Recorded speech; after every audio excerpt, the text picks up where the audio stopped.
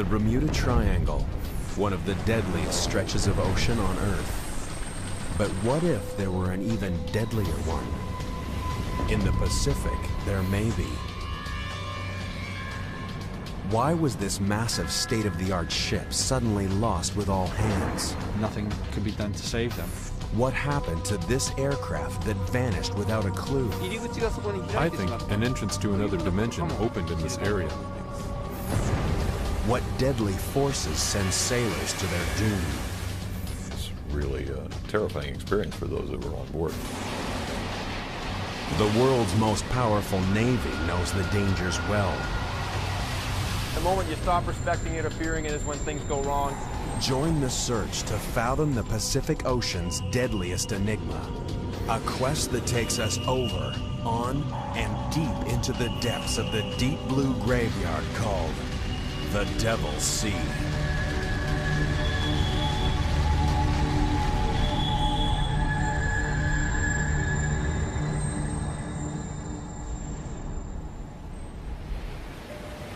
September 8th, 1980. Carrying 150,000 tons of iron ore, the bulk carrier Derbyshire is 230 miles off the east coast of Okinawa. The Derbyshire is a gigantic ship, longer than 3 football fields, twice the size of the Titanic, only 4 years old. From stem to stern, her design is state-of-the-art. Anyone should have felt perfectly safe sailing aboard her. But some, like able seaman Peter Lambert, didn't. Whenever he came home on leave, he'd naturally talk about the ship he was on, about the people he'd met, the seafarers, the friends he'd made. And of course he wrote letters home. And as I say, he just said he just didn't like the Derbyshire, there was just something about it. There's a lot of people said the same thing. Reluctantly, Peter signed on for one more voyage to earn enough money to get married. He was 19 years old. But his wedding would never take place. On September 9th, the Derbyshire and her entire crew disappeared.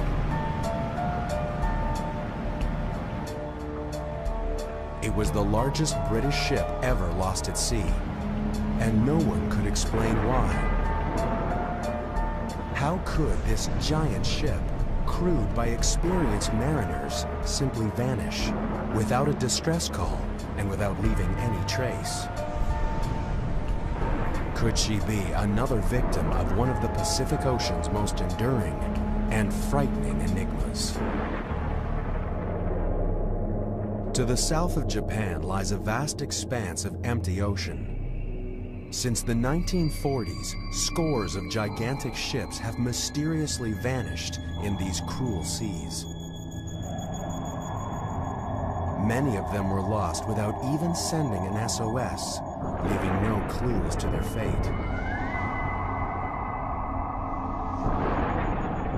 But these waters have been claiming victims for centuries.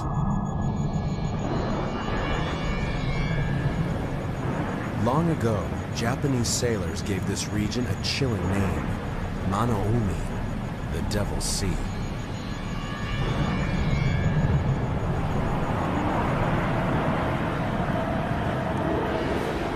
Japanese legends tell of unknown forces that overpower the strongest of ships, and great sea monsters that drag sailors to their death.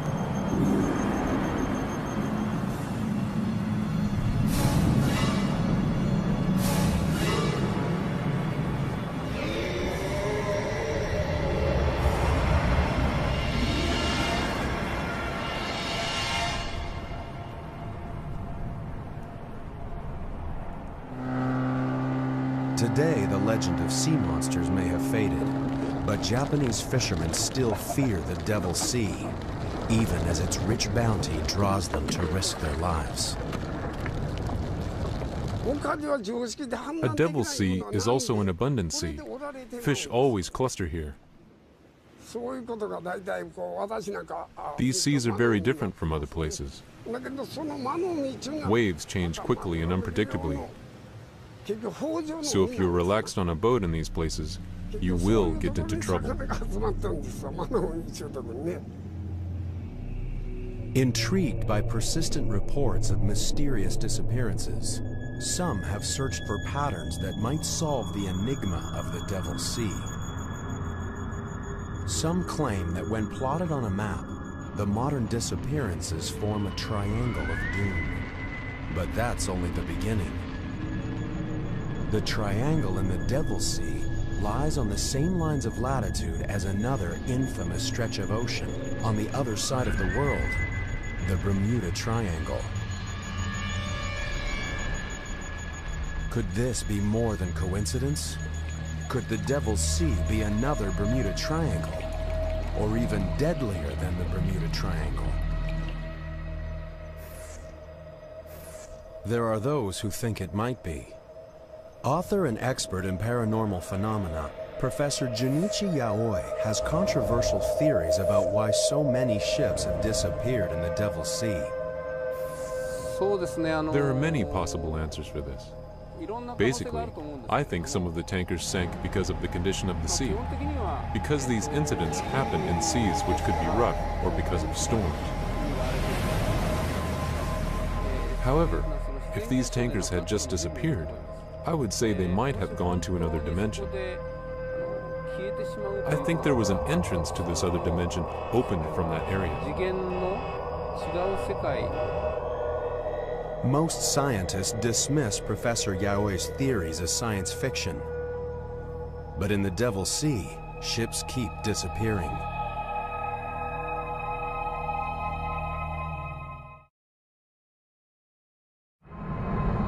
January 2002. The MV Linjie, a Chinese freighter with 19 crew on board, fails to arrive at the Japanese port of Kagoshima.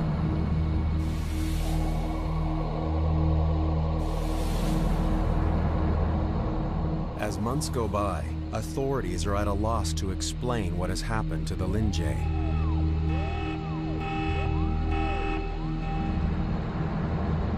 She has disappeared without a distress call and without leaving any signs of her fate.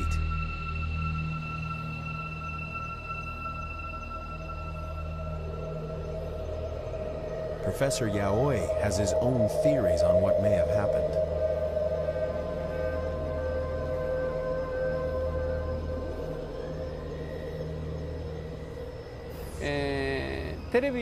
Let me explain it with an easy example. Imagine a radio wave. TV programs such as a drama, a documentary, and news are made in a studio. When these programs are broadcast, their mode is changed to a radio wave, which we can't see nor touch.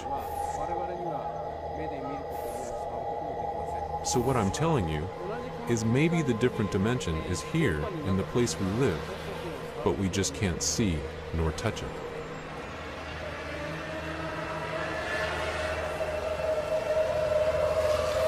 While some find Professor Yaoi's theories a comforting way to explain the unexplainable, maritime experts remain skeptical. I'm a disbeliever, probably a fairly strong disbeliever of anything like that. David Mearns is a shipwreck hunter with an impressive record of locating lost ships and a pragmatic attitude to the paranormal. I'm hired by people to come up with answers in a purely scientific and technical matter. So to actually come back and say, well, you know, I just can't explain it. It must be that Bermuda Triangle thing or the Pacific Triangle. And, you know, I don't think I'd have much credibility any longer. In 1994, David and his team faced one of their biggest challenges to date: solve the mystery of the lost ship Derbyshire. It would be a mission that would push even these experts to their very limits. This time they faced a formidable foe, perhaps the toughest ever, the Devil's Sea.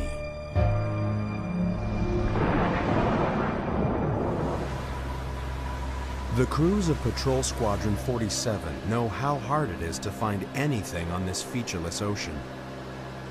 The U.S. Navy's eyes in the sky are charged with anti-submarine warfare, surveillance, and search and rescue, There's really nowhere in this theater that we can't get to within a certain amount of time. We've always got a ready plane that'll launch within 1 hour. That's always available. So if there's any kind of search and rescue mission needs to be done, any kind of piracy activity, anything that has to be done, BP-47 can get on station as soon as possible.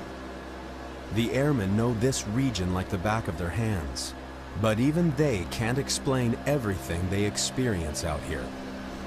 There's been some stories, there's been some rumors about strange things happening on the aircraft. Acoustically, we pick things up that sometimes don't get recorded. You know, we'll hear something that sounds kind of funny. We'll get back, we'll play it on the recordings, it's just not there. Yeah, there's a lot of stories about seatbelts coming uncrossed, hatches open and closing by themselves in different areas you fly around. In a high-tech, high-risk job like this, it pays to be on your guard. The men and women who fly these unfriendly skies know that it isn't just ships that disappear out here. The skies over the Devil's Sea have claimed their share of planes. One mysterious disappearance more than any other haunts the crews that fly here every day. March 22nd, 1957, 4:48 a.m. A USAF C-97 Stratofreighter departs Wake Island, bound for Tokyo International Airport with 67 military personnel on board.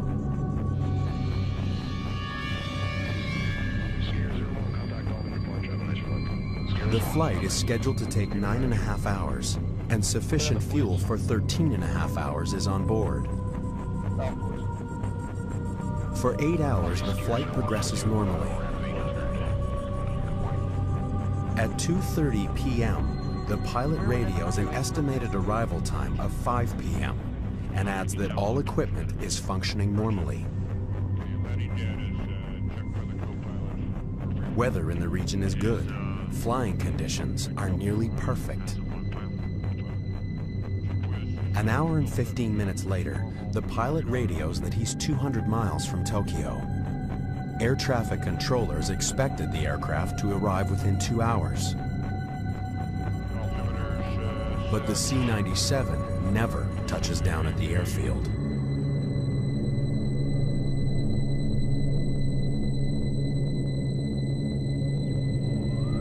Search and rescue flights scour thousands of square miles of ocean surface, retracing the plane's flight path. They find nothing. The giant Stratofreighter has vanished into thin air. Something in or over the Devil's Sea was powerful enough to wipe the massive aircraft from existence. What could have happened to this formidable aircraft, built for combat, flying in perfect conditions? To this day, no one knows. It remains a mystery, and an unknown hazard that the men and women of the military must accept in the line of duty. Normal radar altimeter is 1,500. The Devil's Sea hides its secrets well, but daring expeditions and groundbreaking research are beginning to reveal some startling answers to age-old questions. Just like the Bermuda Triangle, nothing is ever as it seems in the Devil's Sea.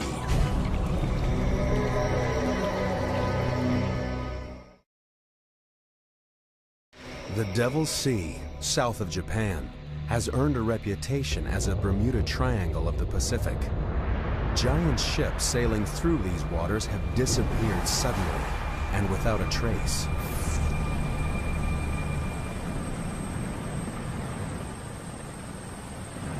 The Japanese Coast Guard report over 2,500 shipping accidents in the waters around Japan every year.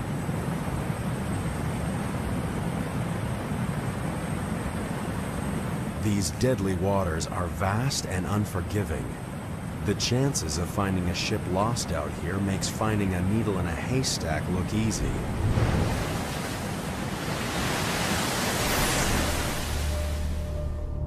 That's why, 14 years after the giant ship Derbyshire was lost without a trace in the Devil's Sea, most believe she would never be found. An official report blamed the forces of nature, and the case was closed.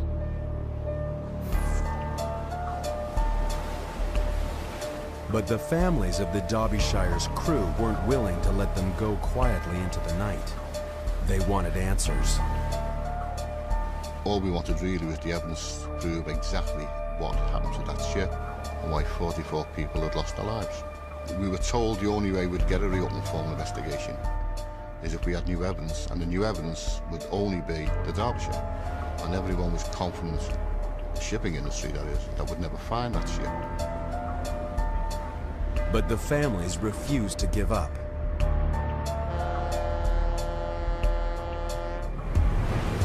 In July 1994, an expedition team led by David Mearns of Oceaneering Technologies headed into the Devil's Sea, convinced that they could crack the case.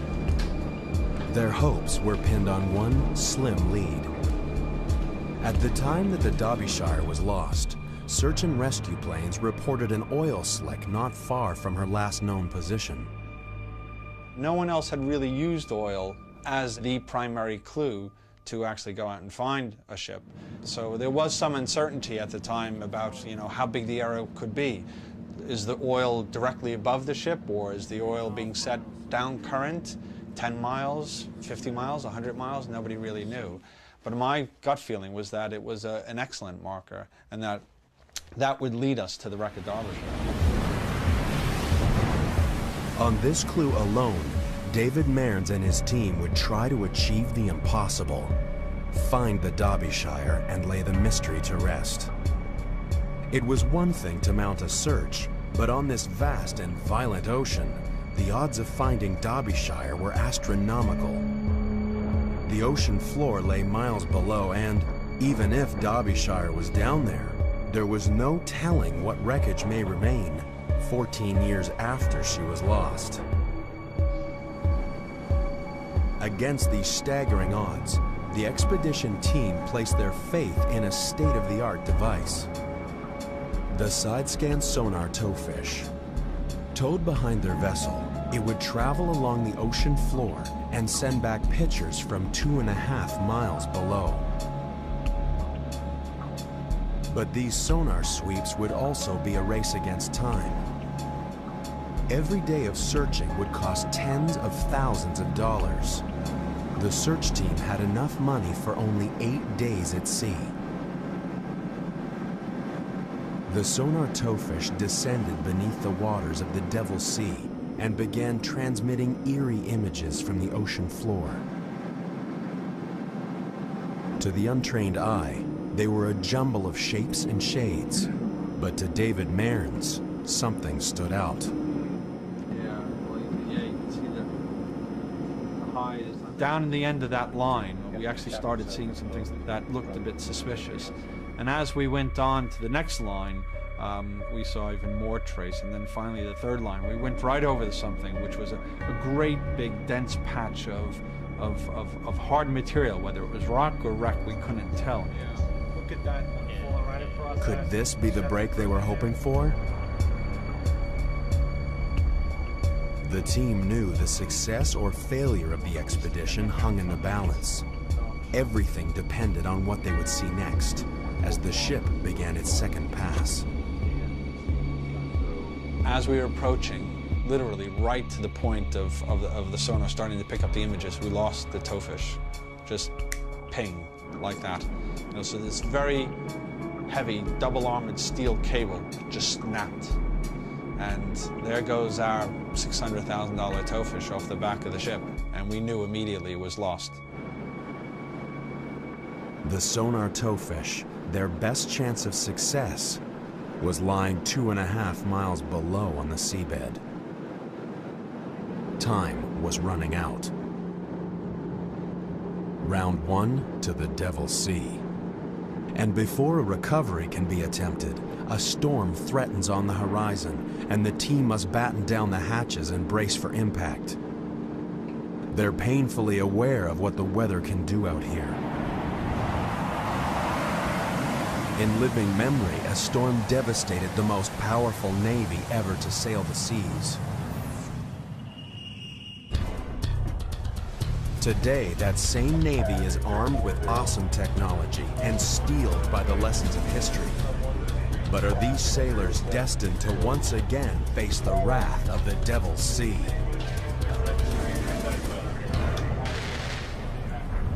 For centuries, the Devil's Sea has terrified all who sailed its treacherous waters and taken many of them into its deadly depths. This is a place so fearsome, it spawned ancient legends of demonic forces and modern speculation that it might be another Bermuda Triangle. But since the middle of the 20th century, a powerful human presence has cruised its mysterious waters. At the end of World War II, the U.S. Navy 7th Fleet based itself in Japan and has ruled the Pacific ever since. The 7th Fleet sails Japanese waters without fear, at least of any human adversary. But these sailors know that if you drop your guard, the Devil's Sea can turn on you in the blink of an eye.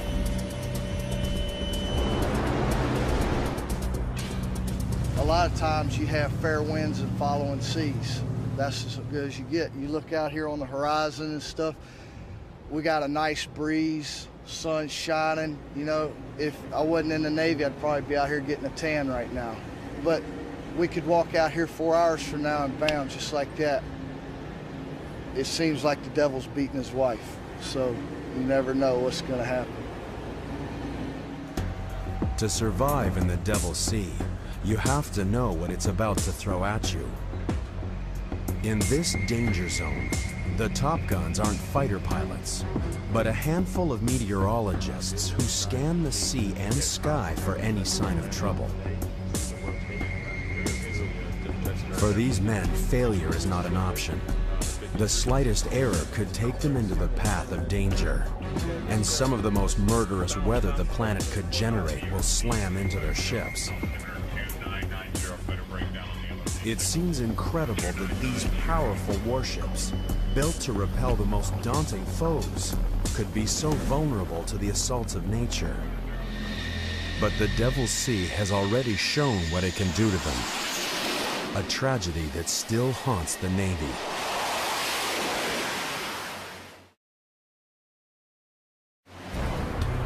December 1944. World War II rages in the Pacific. The suicide squadrons of the Japanese kamikaze are the most feared enemy in this theater. But the terror they inspire is about to be surpassed.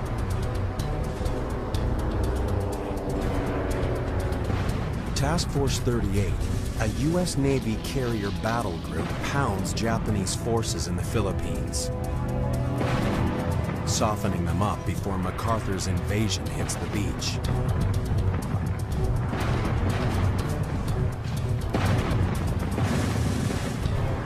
After 3 days of bombarding the enemy, they must break off the attack and steam into formation to refuel.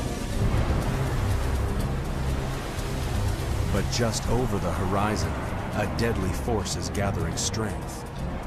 A force far more destructive than anything the Japanese could throw at them. As the ships struggle to refuel in growing seas, they're stalked by the growing fury of a powerful typhoon. There's nowhere to hide as the storm strikes. Suddenly, the sailors of Task Force 38 are thrown into the fight of their lives. The seas were described as mountainous, very high seas, and of course the ships were rolling and pitching. The wind was between 50 and 75 knots with gusts of as much as 120. So the noise level was terrific, and of course the ships were moving from side to side and up and down. It was really a terrifying experience for those that were on board. In fact, there were some sailors who had faced the kamikaze menace and found that the typhoon was probably the worst experience of their lives. For the men of Task Force 38, the next 24 hours were a living hell. Storm-force winds and 60-foot waves pounded them, capsizing 3 destroyers, badly mauling 60 other ships, sweeping more than 200 planes off the carriers, starting raging fires below decks. When it was over, 765 American sailors were dead. It was the U.S. Navy's worst natural disaster of the 20th century. The mighty fleet limped back to port, bearing the scars of battle. The murderous typhoon had caught Task Force 38 by surprise. To prevent a disaster like this from ever happening again, the Navy set up weather forecasting stations throughout the Pacific. Today, the U.S. Navy Meteorological and Oceanographic Command in Yokosuka, Japan, is on high alert. There's a powerful typhoon brewing in the Devil's Sea. This deadly region is a typhoon factory. Its warm waters can generate as many as 30 killer storms in a year. Maelstroms of 200-mile-per-hour winds and waves up to 60 feet high, racing at 50 miles per hour across the sea, devastating everything in their path. Maximum seas associated with the storm at this time are about 28 feet. So we're keeping ships well clear of that area. We're keeping ships well clear of the coast of China, and they're expecting that storm to maintain winds of about 80 knots at gusts, 105 knots as it progresses west. When the winds surpass 170 knots or 195 miles per hour, a typhoon becomes a super typhoon, one of nature's most devastating forces, and a naval forecaster's worst nightmare.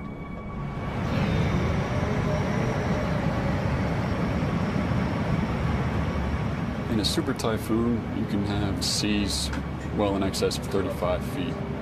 Much larger than you ever want to see a ship encounter. Very capable of sinking ships, grounding ships, destroying harbor facilities and housing on islands.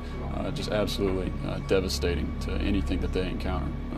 170 knots will tear down concrete walls and permanent structures.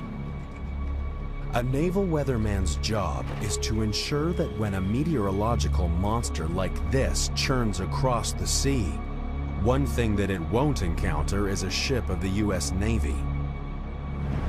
If they're close enough to land, they can ride out the storm in the relative safety of a harbor. But ships too far from land have no option but to ride out the fury of the storm. Many of the ships lost in the Devil's Sea have disappeared during the worst winter months, when storms are most frequent and deadly. But these are giant ships, built to withstand the worst conditions. A typhoon alone shouldn't sink them. When the giant bulk carrier MV Derbyshire sailed into the Devil's Sea, it was September 1980, the heart of the annual typhoon season. At 10:19 a.m. on September 9th, the captain reported that Derbyshire was battling 70-mile-per-hour winds and 30-foot waves.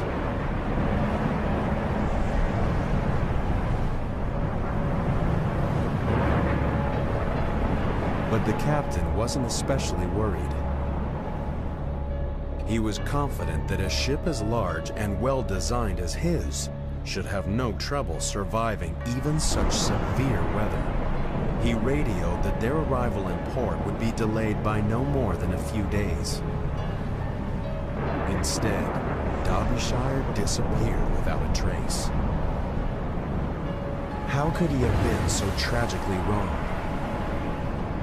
Could the answer lie buried beneath the waves? Violent forces lurk down here. Forces that modern science struggle to fathom. Forces that may hold answers to the mysteries of the Devil's Sea.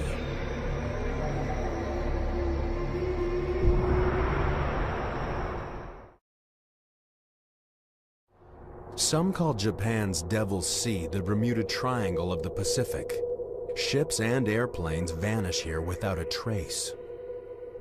Could the answers to the mysteries lie here, far beneath the stormy surface. Down here lurk powerful, deadly forces. Forces that imperil all who sail on or under the Devil's Sea.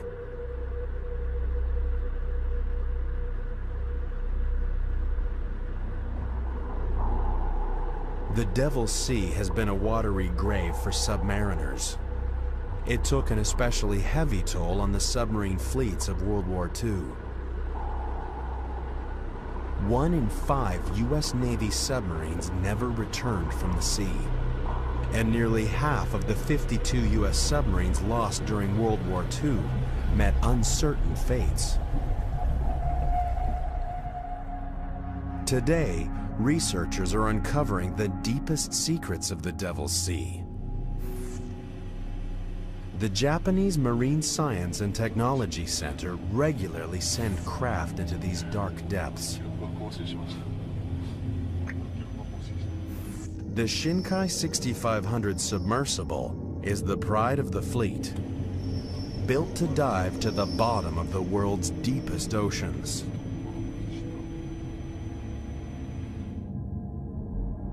Marine scientists spend long hours in the inky depths, opening up an unseen world on a scale that is scarcely believable. In some places, the deep rifts in the ocean floor drop 37,000 feet beneath the surface. If the highest mountain in the world, Mount Everest, were to rise from this abyss, it would still be over a mile below the waves. Researchers have only scratched the surface of this undersea world. Could this be the final resting place of the World War II submarines lost to unknown causes? There is no telling what these shadowy depths could hide.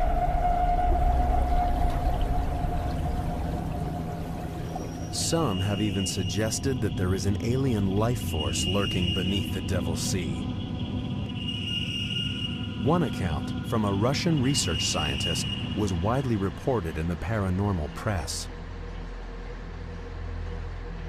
On August 18, 1980, the Soviet vessel Vladimir Vobirov was returning from a research mission off the coast of Japan.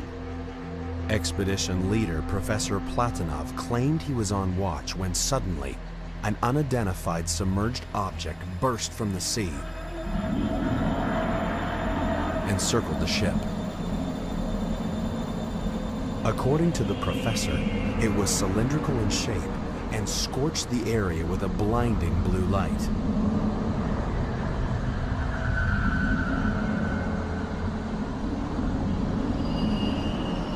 The professor reported that the strange craft was like nothing of this world, an unidentified object that circled the ship for several minutes and then plunged back into the ocean as suddenly as it had appeared.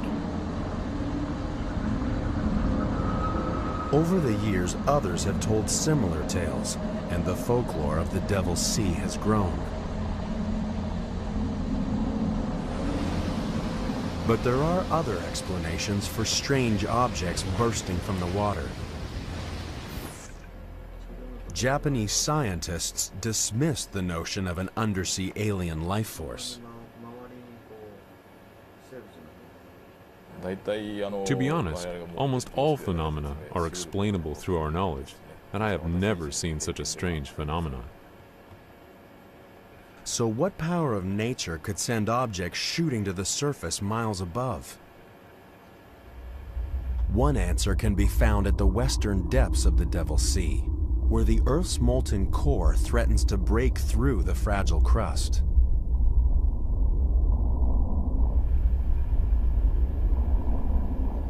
Without warning, violent forces can burst from the ocean floor and then disappear just as quickly, leaving no evidence of their fury. Except perhaps the mystery of a vanished ship. In the 1950s, a New York Times report on a mysterious disappearance first brought the world's attention to the Devil's Sea.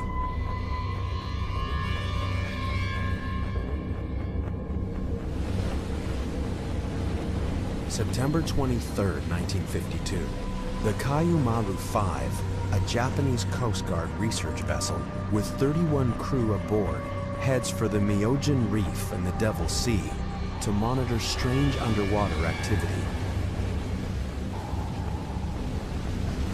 Making good speed, the crew expects to reach the reef in less than a day. But after 3 days of radio silence, the Coast Guard declares the vessel missing.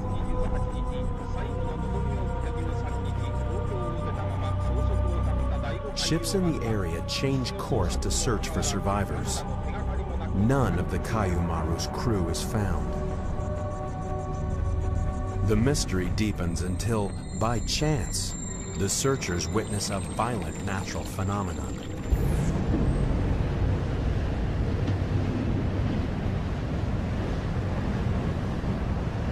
If this had suddenly erupted under the Kayumaru, she would have gone instantly to her doom, with no time even to signal her distress.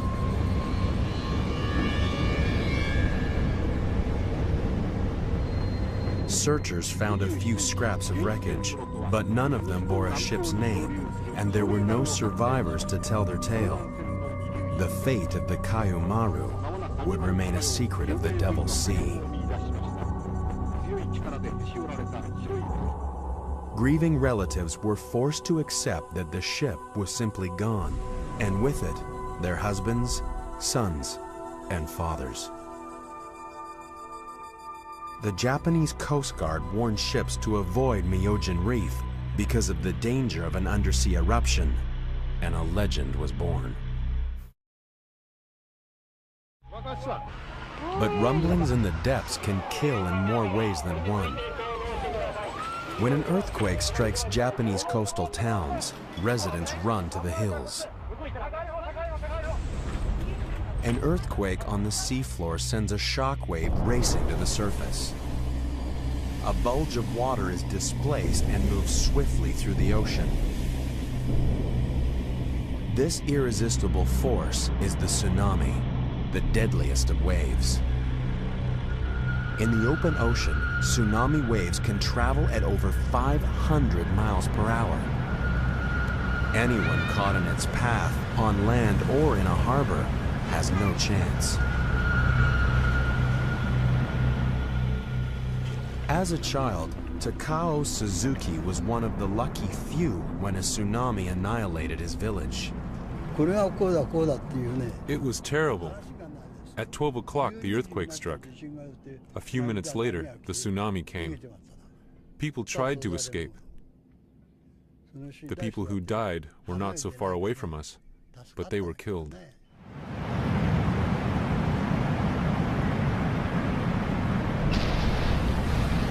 Throughout history, tsunamis have taken the lives of hundreds of thousands of people. Today, tsunamis still wreak havoc along the coast of Japan. And all too often, people don't realize the threat they pose until it's too late. No one is more aware of the awesome force of the tsunami than Chip McCreary of the Pacific Tsunami Warning Center. Even a 10-foot tsunami is quite destructive because sea level will rise by 10 feet and it'll stay high for 5 minutes, 10 minutes, 15 minutes. And during that time period, of course, a lot of water rushes on shore, and it can rush on shore with a high velocity. This not only floods areas, but the force of the water knocks things down and picks up debris, which in turn acts as battering rams. It's no wonder that some have suggested that these monster waves could be responsible for the ships missing in the Devil's Sea. But those who know the tsunami best say it's unlikely. A big destructive tsunami might only be a meter or less in height out on the open ocean, and because these waves have very long wavelengths, the time it takes for the wave to go up and then go back down is a long time. It might be 20 minutes, even up to an hour. So this slow rise and fall of the sea out in the middle of the ocean is quite unnoticed. Although they cause massive destruction on the coast, Tsunamis can't take the blame for a ship missing at sea. Far out to sea, time was running out on the expedition searching for the lost ship Derbyshire. There had been a promising sonar scan of the seafloor where the ship was reported missing. But before they could make a positive identification, the sonar towfish had been lost, claimed by the Devil's Sea. Now the storm relented and the mission could go ahead. They would attempt to recover the towfish and identify the target. But would they be prepared for what they'd find 2.5 miles below?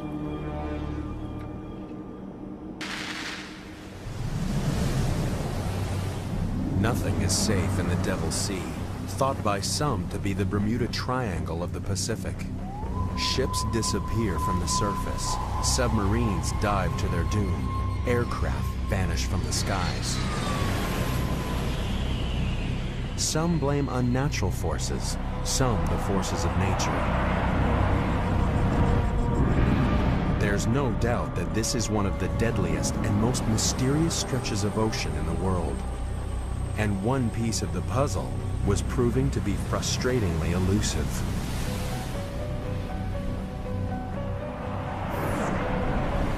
The Devil's Sea had foiled one attempt to solve the mystery of the lost ship Derbyshire. The expedition team had lost their sonar towfish just as it was beginning to transmit images of a suspicious formation on the ocean floor. Now they would launch a rescue mission. A desperate attempt to recover the towfish and identify the target below. The team readied their remote-operated vehicle, or ROVE. This mission would push it to its limits. Would the ROVE's titanium frame withstand the crushing pressures that it would encounter as it descended? A few slender cables were all that kept this high-tech submersible tethered to the ship. If anything went wrong 2.5 miles down, there was nothing anyone on the surface could do. So the tension was incredibly high. You've got a very expensive piece of equipment sitting on the seabed, and there's a wreck down on the seabed that you know it's the wreck you want, but without that picture proving it, no one will believe you. So if you had come back, you know, without being able to do that, you'd have failure on every single front. We recovered our towfish, which was technically a very difficult thing to do, picking up this 1-ton probe and bringing it onto the deck. And then we had to dive on the target, and we had about 6 hours of time left before we actually had to leave. The anxiety on board grew as never before seen images appeared out of the gloom. The ROVE picked up a trail of glittering iron ore, the cargo the Derbyshire was carrying when it disappeared.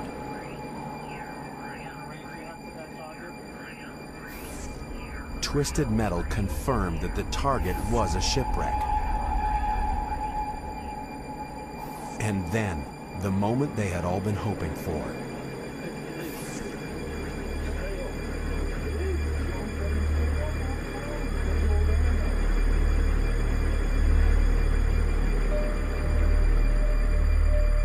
Proof at last that the mighty ship had not simply disappeared, that behind this mystery at least, there lay an answer.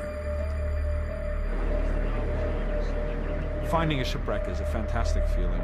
People had predicted she'd never be found. So, you know, the moment that you actually start seeing wreckage, to be able to see that image is a great feeling.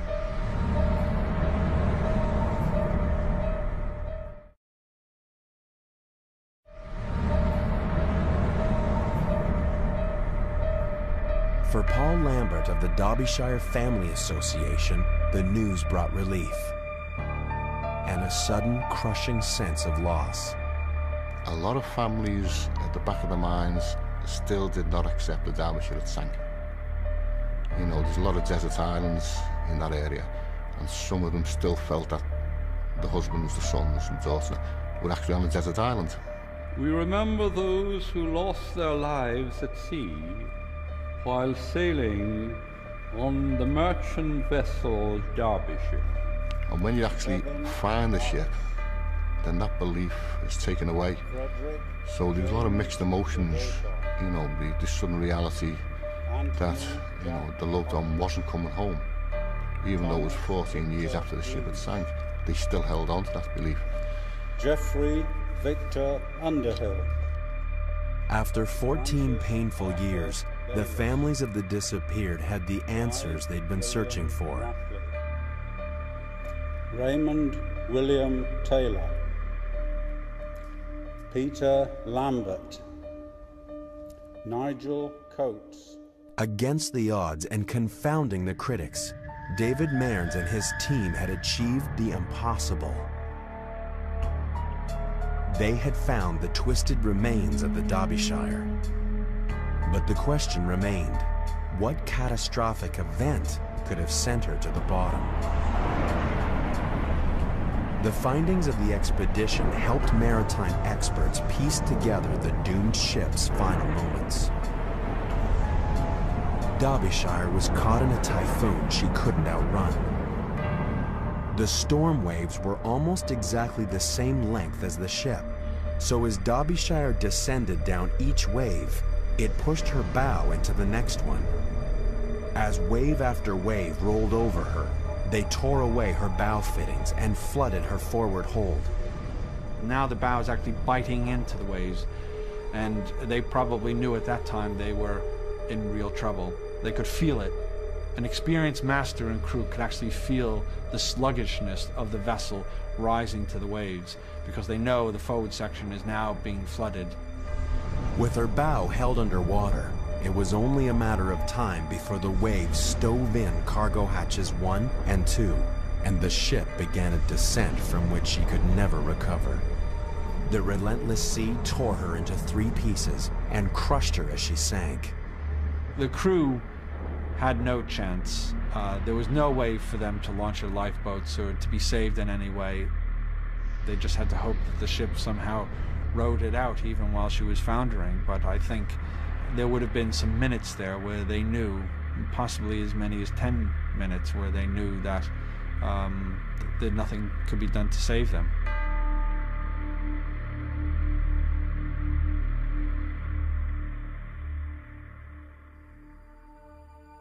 The last act of the expedition was to gently place a memorial plaque on the Derbyshire's foredeck, inscribed with a prayer for her lost souls.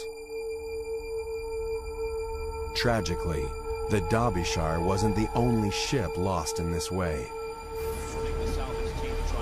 Just a few years after Derbyshire was lost, her 2 sister ships were also torn apart by storms they ought to have survived, because of the same design faults. The Derbyshire tragedy led to improved safety features that are now standard on new ships. But many older ships suffer the very same flaws that led to Derbyshire's demise.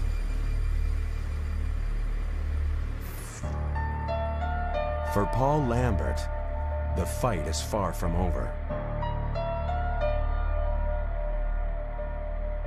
The mystery of the Derbyshire may be solved, but he won't rest until every ship is made safe.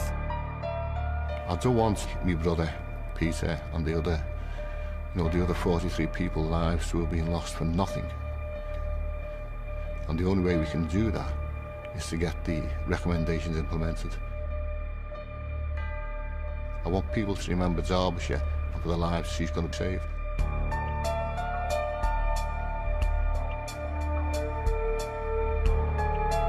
It may be cold comfort, but there is some comfort in the knowledge that many mysterious disappearances can be accounted for. And every mystery solved improves the odds for the thousands of seafarers who venture out onto the Devil's Sea every day.